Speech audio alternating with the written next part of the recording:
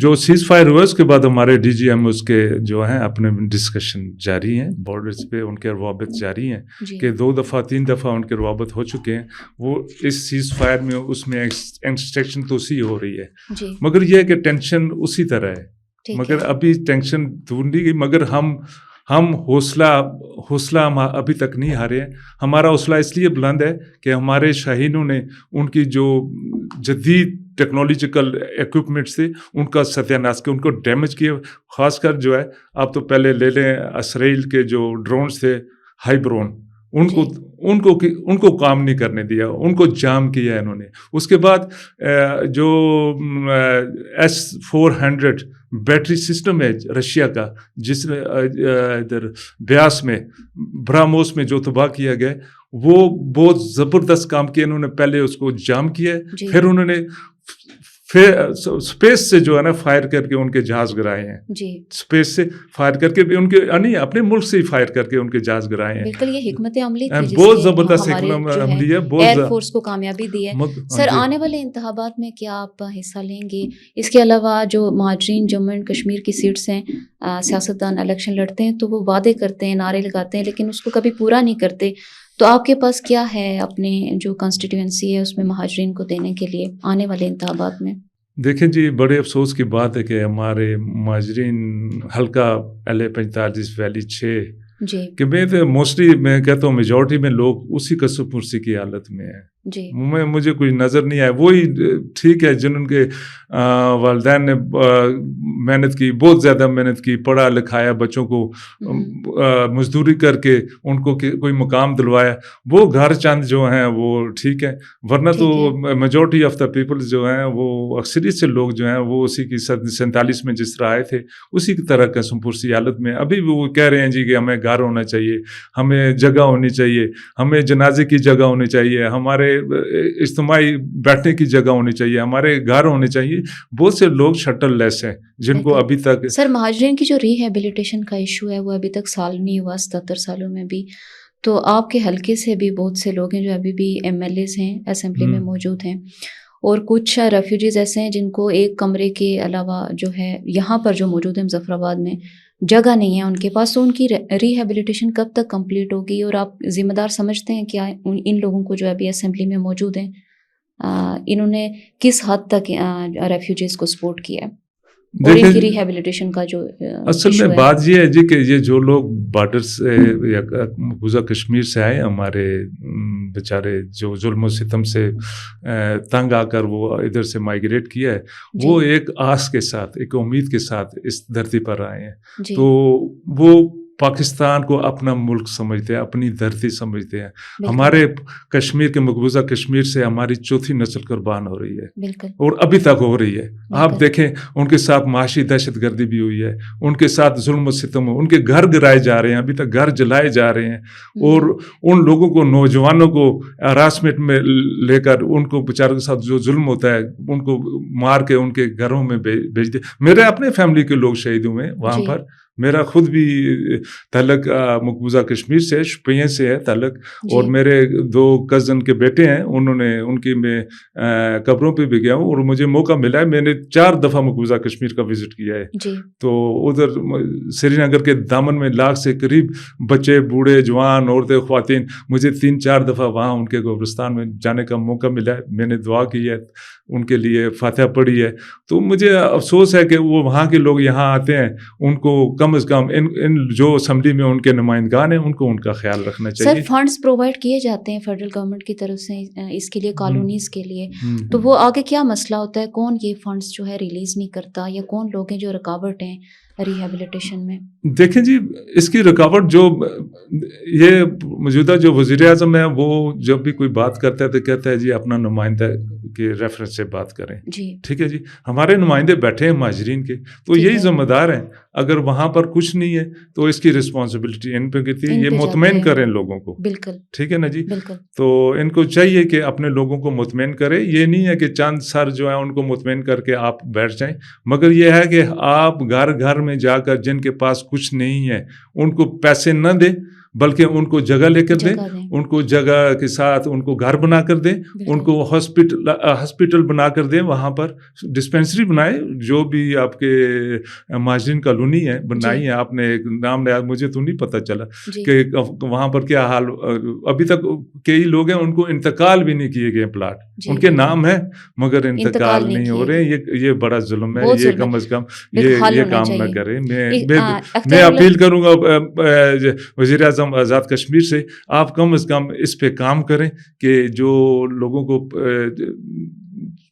Paper دیے گئے ہیں الاٹمنٹ کے, وہ ان کو منتقل کیے جائیں. اختیار اللہ صاحب, آپ کا بہت شکریہ کہ آپ ہماری پوڈ کاسٹ میں تشریف لائے.